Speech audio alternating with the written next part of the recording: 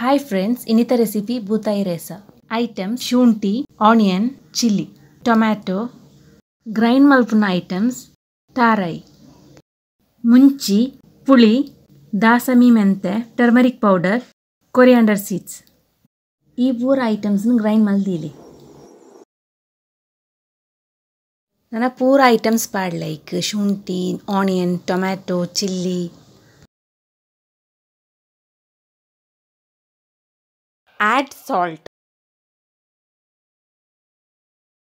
5 to 10 minutes ಕರೀತು clean ಮಲ್ದಿನ ಮೀನು ಪಾಡ್ಲೈ. ರೆಸಿಪಿ ಇಷ್ಟ ಬಂದಿತ್ತು ಪ್ಲೀಸ್ ಲೈಕ್ ಮಲ್ಪ್ಲೆ, ಸಬ್ಸ್ಕ್ರೈಬ್ ಮಲ್ಪ್ಲೆ, ಕಮೆಂಟ್ ಮಲ್ಪ್ಲೆ.